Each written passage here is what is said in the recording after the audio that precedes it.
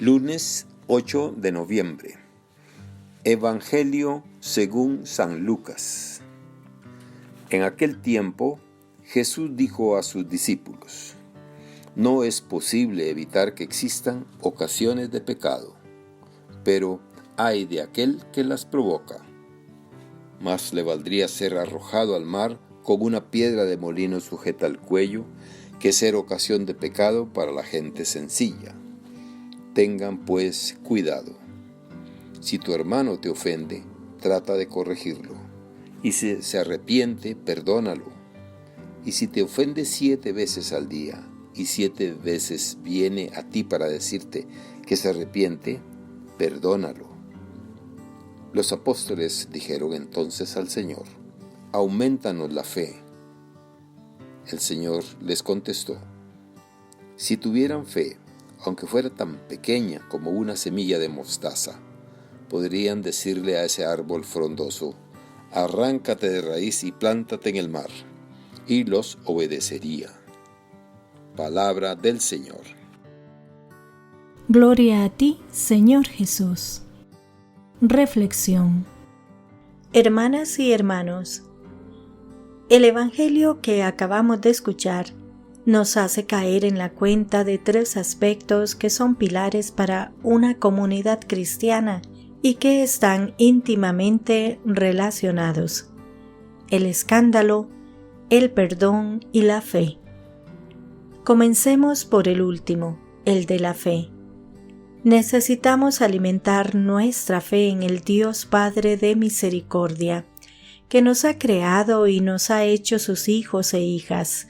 Solo desde esta mirada de fe podemos sentir la fuerza y el deseo de vivir desde ese amor y de sentir la necesidad de ser transformados por él. La fe es un don que recibimos el día de nuestro bautismo y que debemos seguir pidiendo todos los días. Por eso los discípulos le piden a Jesús: aumentanos la fe. Pero esa fe hay que alimentarla, y allí es donde está nuestra contribución. La alimentamos cada vez que escuchamos atentamente la palabra de Dios, cada vez que contemplamos con atención la persona de Jesús que aparece en el Evangelio, cada vez que vivimos con devoción la Eucaristía, cada vez que estamos atentos al modo como Dios se nos presenta en las cosas pequeñas y cotidianas de nuestra vida. Nuestra fe se fortalece cada vez que nosotros hacemos algo para nuestro crecimiento espiritual. Por otra parte, bajo la luz de la misericordia de Dios, necesitamos reconocer la parte de pecado que hay en cada uno de nosotros. Ser conscientes de nuestras contradicciones e incoherencias, atrevernos a nombrarlas y reconocerlas, a pedir perdón por ellas, a trabajar, a dejar que el Espíritu Santo también trabaje en nosotros y a descubrirnos finalmente como pecadores perdonados y salvados, capaces, por ello, de perdonar también a los demás. Se trata de ser consciente de nuestras debilidades y pecados, y cómo Dios nos perdona y nos ama así como somos. Desde esa experiencia, seremos capaces de aceptar a los demás tal como son y perdonar sus ofensas. Una vida que se ha dejado amasar por el amor y el perdón de Dios es una vida capaz de perdonar a los demás.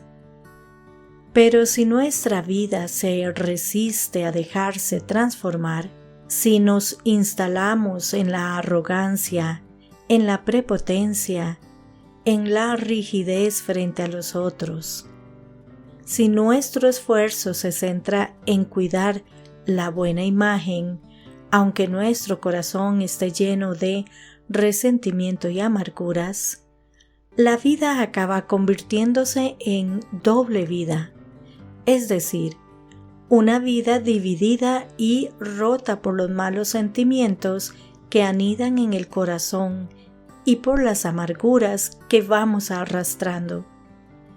Una vida que, si no se abre a un proceso de verdad y sanación, va destruyéndose y puede también destruir a aquellos que están cerca y que son más débiles.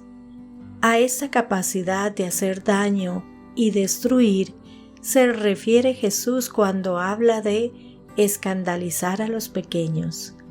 Y ya sabemos lo duro que es con la persona que escandaliza. Más le valdría que le encajaran en el cuello una piedra de molino y lo arrojasen al mar. Y es que la cosa no es de broma.